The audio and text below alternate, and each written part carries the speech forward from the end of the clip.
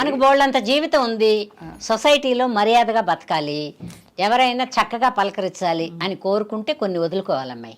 అదే కరెక్ట్ అమ్మా. మనకిష్టం ఉన్నా వదులుకోవాలి, వాళ్ళకి ఇష్టం ఉన్నా వదులుకోవాలి. ఇంతకీ అన్నపూర్ణమ్మ గారికి వంట వచ్చా? బ్రహ్మాండంగా చేసుకుంటాను. ఆ వరకు నేను నీకు నచ్చుద్దో లేదు తెలియదు. రారాదు స్వప్న ఒక రోజు. వస్తానమ్మా. ఏంటి ఏమేమి చేస్తారు?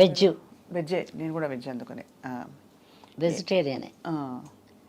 నాన్ వెజ్ కూడా తింటాను కానీ ఒక 10 ఏళ్ళు అయిందిగా, ఎప్పుడైనా ఒకసారి అలాగా. సార్ తినరుగా? ఎల్లుల్లిపై కూడా తినడు ఆయన. తినరు, చెప్పాగా నేను. అదే అదే అందుకని మనకేం ఖర్చు లేదు. అంత పప్పు వండి పడేస్తే ఇప్పుడు అసలు పళ్ళు కూడా కదిలిపోయి ఉంటాయి కాబట్టి ఆ పప్పుతోనో మజ్జిగతోనో పెరుగుతోనో అట్లా ఒక్క పూటే తింటారు. ఒక్క పూట పోసిన పెద్ద ఇబ్బంది లేదు. పైగా సాధ్యమైనంత వరకు ఆశ్రమాలకు వెళ్ళిపోతుంటాడు ఆయన. కొన్ని ఎడబాట్లు జీవితంలో అలా మిగిలిపోతాయి. ఇప్పుడు వయసు ఎడబాటు, అప్పుడు బిజీ కాదు. మిమ్మల్ని మీరు ఉండరు కదా, షూటింగ్లోకి వెళ్ళిపోతారు, బాగా మిస్ అయి ఉంటారు మిమ్మల్ని. ఏదన్నా అవనీలే కానీ ఆయన ఏదో ఆశ్రమానికి అట్లా పోయి ముక్కు మూసుకుని జపాలి పుప్పాలి అంటే నాకు అర్థమైంది ఏంటంటే, ఎంత ప్రపంచాన్ని ఏ కులం వాళ్ళు ఆ కులానికి పెద్ద వయసుకు ప్రాముఖ్యత ఇస్తారు. అవును, జ్ఞానోదయం వస్తుంది అప్పుడు. ఈ జన్మలో తప్పు చేసామేమో, ఇప్పటి నుంచైనా మనం కొంచెం భగవంతుడిని కోరుకుని మనం తప్పులన్నీ అయిపోయాక తప్పులన్నీ అయిపోతాయి. అది వయసులో కదా. కానీ మీకు చిన్నప్పుడే జ్ఞానోదయం అయిపోయింది. నాకేమో జ్ఞానోదయం కాదు, ఏదో మరి బ్రతుకు మీద భయమో, లేకపోతే వీళ్ళందరూ వెనక లేకపోతే ఒక అడుగు ముందుకేద్దునేమో. కుటుంబం ఉంది కదా, కుటుంబం ఉండేటప్పుడు మనం ఎన్ని సరదాలైనా ఒక అడుగు వెనక్కే ఉంచుకోవాలి. సినిమా ఇండస్ట్రీలోకి మీరు రాకముందు పెళ్లి అయిపోయింది, వచ్చాక ఏదో టైంలో అనిపించుంటుంది కదా, అయ్యో పెళ్లి చేసుకోలేదు అనిపించలేదు. ఎందుకంటే ఇబ్బందికరమైన వాడైతే అనిపిస్తుంది. మంచివారు కదా, చాలా మంచివాడు పాప.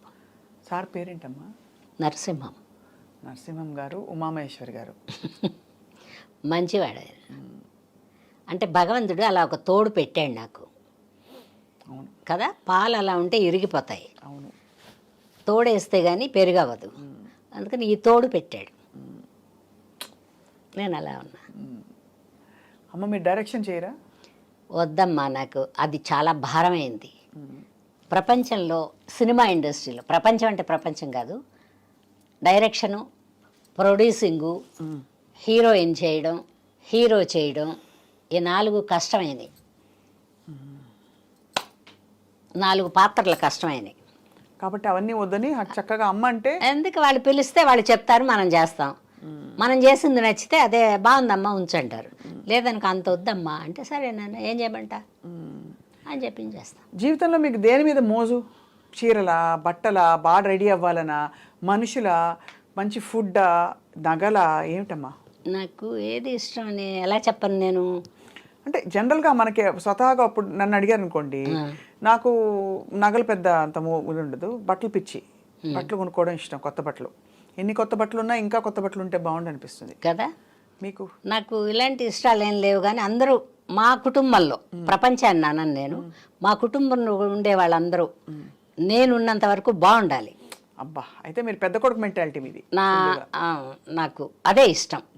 తర్వాత వాళ్ళు కొట్టుకుంటుంటారు, తిట్టుకుంటుంటారు, నా దగ్గర కంప్లైంట్ చేస్తారు. ఇప్పుడు మా అమ్మ లేదు కదా, నేను పెద్ద ఏముందిలే, పెద్దరికి ఇచ్చారు వాళ్ళు, అది చెప్తారు. అలా ఎందుకే 100 రూపాయికి పావలా కొట్టుకోవడం అంటే, పోతే పోయింది, అలా ఉండకూడదు, ఇలా ఉండాలి అని చెప్తా.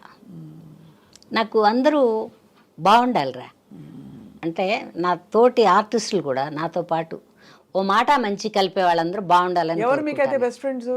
బెస్ట్ అంటే బెస్ట్ అని చెప్పను, ఆడవాళ్ళు ఉంటే చిన్న అంటే భరించలేని తనాలు ఉంటాయి కానీ, బట్ నా వేరే వేషాలు, వాళ్ళ వేరే వేషాలు. అవును కదా, అలా ఫ్రెండ్స్ ఎవరయ్యారు మీకు? ఉన్నారు, ఎవరంటే శ్రీలక్ష్మి, వై విజయ, తర్వాత ఆ అమ్మాయి సౌందర్య ఉండేటప్పుడు బాగా మాట్లాడేది. సౌందర్య గారి గురించి అందరూ బాగా చెప్తారు. శ్రీదేవి కొంచెం బాగా మాట్లాడినా కొంచెం ఒక రిజర్వ్నెస్ అట్లా ఉండేది, కానీ ఆ పిల్ల విజయశాంతి బాగా మాట్లాడేది, రాధా బాగా మాట్లాడేది, వీళ్ళందరూ బాగా మాట్లాడేవాళ్ళు. ప్రస్తుతానికి మిగిలిన వాళ్ళలో ఈ 2-3 ఆడవాళ్ళమ్మే. జానకి, డబ్బింగ్ జానకి, వీళ్ళందరూ బాగా మాట్లాడతారు. జానకి ఏమనుకుంటారనేది కలిసి సినిమాలకు వెళ్ళాలి, కార్యక్రమాలు ఏముండవు. వెళ్తాం. పెళ్ళిళ్ళు గిళ్ళిళ్ళు ఏమన్నా ఉంటే ఎవరన్నా పిలిస్తే శ్రీలక్ష్మికి కూడా కార్డు ఇస్తారా అని అడుగుతా. ఇస్తామండి అంటే నాకు ఇవ్వండి అంట. లక్ష్మి వాళ్ళు కార్డు ఇచ్చి వెళ్ళారు, నేను వెళ్తున్నాను, నువ్వు వస్తావా? ఏమండి పలానాళ్ళు కార్డు ఇచ్చారు, మీరు వస్తారా, నేను వెళ్తున్నాను అంటది. నేను రానులే లక్ష్మి అంట. ఇష్టం లేని చోటుకి. ఇష్టం ఉంటే వెళ్తాం. అలా పెద్ద స్నేహితులు లేరు, వేళ్ల మీద లెక్క పెట్టుకుని ఒకళ్ళిద్దరు. నేను పెద్దగా ఎవరింటికి పోను, అడ్జస్ట్ అవ్వలేను నేను. మా బంధువుల ఇంట్లో కూడా ఉండలేను నేను, నా ఇంట్లోనే ఉంటా. నా ఇల్లు అంటే ఇష్టం. మనల్ని మనం తెలుసుకోవడమే ధన్యత జీవితంలో. మీరు ధన్యులు. నాకు ఇప్పటిదాకా అబ్బా ఆ జబ్బు చేసినప్పుడు ఒక్కసారే బాధపడ్డాను, కానీ అబ్బా ఏంటి ఇలా ఉంది అనేది ఇప్పటిదాకా రాలేదు నాకు. ఈ పైన వస్తుందేమో తెలియదు. కానీ అమ్మ మీరు అది చెప్పరా, పథ్యం ఏం చేశారు? అన్ని ఏం మానేశానంటే బేకరీ ఫుడ్స్ మానేసా, తర్వాత చైనీస్ ఫుడ్స్ మానేసా. సరే నాకు డ్రింక్ అలవాట్లేదు కాబట్టి కూల్ డ్రింకులు కూడా మానేసా. హాట్ డ్రింక్ అంటే ఎప్పుడో ఒకసారి 2 సార్లు ఎప్పుడో, కానీ నాకు తలపోటు వచ్చేస్తుంది. ఆల్కహాల్ అంటే తప్పని నేను చెప్పను, అదే అర్థమైంది. నాకు తలకాయ నొప్పి వస్తుంది. తర్వాత గబిక్కిన తూలు దేని మీద పడిపోతానేమోనని ఒక చిన్న భయం ఉంది. లేకపోతే ఏముంది, డబ్బులు పెట్టి కొనుక్కోలేమో తాగలేమో. కానీ బ్యాడ్ హ్యాబిట్ అని చెప్పను, నాకు సరిపడదు. అవన్నీ మానేసా. నాన్ వెజ్ లేదు, యానిమల్ ప్రోడక్ట్ ఏది లేదు పచ్చం చేసినప్పుడు.